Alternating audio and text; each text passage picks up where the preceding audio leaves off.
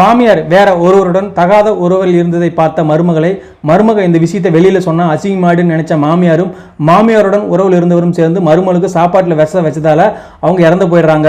ஆனா வெளி உலகத்துல மருமக தானே தற்கொலை பண்ணிட்டாங்கன்னு நம்பப்படுது.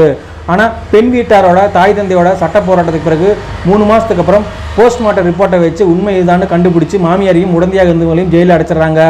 இது இப்படி இருக்க இதுக்கு நேர் எதிர் இன்னொரு சம்பவம் என்னன்னா, ஒரு பெண் அவருக்கு ஒரு மகன் இருக்காங்க. மகனுக்கு 5-6 வயசு இருக்கும்போதே கணவர் இறந்துட்டாங்க. இந்த பெண் தனியாலாம் கஷ்டப்பட்டு மகனை வளர்த்து படிக்க வச்சு மகனுக்கு 2 லட்சம் சம்பளம் வாங்குற வேலையும் கிடைச்சிருது. இப்போ மகனுக்கு திருமணம் ஆகுது. மருமகளும் நல்ல வேலை நல்ல சம்பளம். மகனுக்கு வட மாநிலத்தில் வேலை. மாசத்துல ஒரு தடவை வந்து அம்மா பார்க்க முடியும்.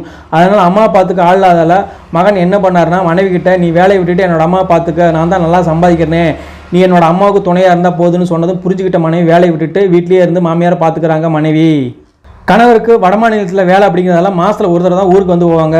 கணவன் மனைவிக்கான உறவு தள்ளியே இருக்குது.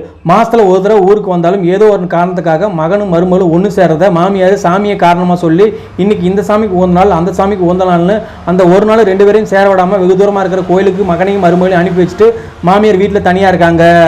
இப்படியே மாசத்துல அந்த ஒரு நாள் கோயில் குழம்புனே வாழ்க்கை போகுது. மருமகளுக்கு ஒரே குழப்பம், நம்ம மருமகளை வந்து அத்தைக்கு பிடிக்கல, இல்லை வேற எதுவும் காரணமானு புலன் விசாரணை செய்கிற தனியார் மையத்துக்கிட்ட என்னோட மாமியார் ஏன் இப்படி பண்ணுறாங்கன்னு மாதம் என்னையும் என்னோட கணவரையும் ஒன்று சேர விடாமல் தடுக்கிறாங்க. அதுக்கு என்ன காரணம்னு கண்டுபிடிக்க சொல்கிறாங்க. புலன் விசாரணை செய்கிற தனியார் மையம் பொறுப்பு எடுத்துக்கிட்ட 2-3 நாள்லேயே கண்டுபிடிச்சிட்டாங்க. திரும்பவும் மாதத்தில் அந்த ஒரு நாள் வருது. புலன் விசாரணை செய்கிற தனியார் மையம் கணவன் மனைவி கிட்ட எல்லாத்தையும் சொல்லிட்டாங்க. அந்த விஷயத்தை கேட்ட 2 பேருக்கும் நெஞ்சே வெடிக்கிற மாதிரி தூக்கி வாரி போட்டுச்சு. என்ன காரணம்னா, கணவன் மனைவி 2 பேருமே கண்ணிலே பார்த்து கன்ஃபார்ம் பண்ணிக்கிறதுக்காக வெளியூர் கோயிலுக்கு போகிற மாதிரி போயிட்டு வீட்டிலேருந்து ஒரு 200 மீட்டர் தூரத்தில் துப்பாக்கி படத்தில் விஜய் தன் டீமோட வீட்டை விட்டு வெளியே வர ஸ்லீப்பர் செல்காக காத்துட்டு இருக்கிற மாதிரி கணவன் மனைவி 2 பேருமே வீட்டுக்குள்ளே போகிற அந்த ஸ்லீப்பர் செல்காக காத்துட்டு இருக்கிறாங்க. சரியா அந்த ஸ்லீப்பர் செல்லும் வர்றாரு. அவர் வேற யாரும் இல்லை, அடிக்கடி பைப் ரிப்பேர் ஆயிடுச்சுன்னு வீட்டுக்கு சரி செய்யறதுக்காக வர்ற பிளம்பருக்கு அந்த அம்மாவுக்கு ரொம்ப வருஷமாக தொடர்பு இருந்துச்சு. இன்னும் நெருக்கமாக இருக்க மாதத்தில் அந்த ஒரு நாளாக பயன்படுத்திக்கிறாங்க அந்த அம்மா. இந்த விஷயம் மகனுக்கும் மருமகளுக்கும் தெரிஞ்சிருச்சு, அந்த அம்மாவுக்கும் தெரிஞ்சிருச்சு.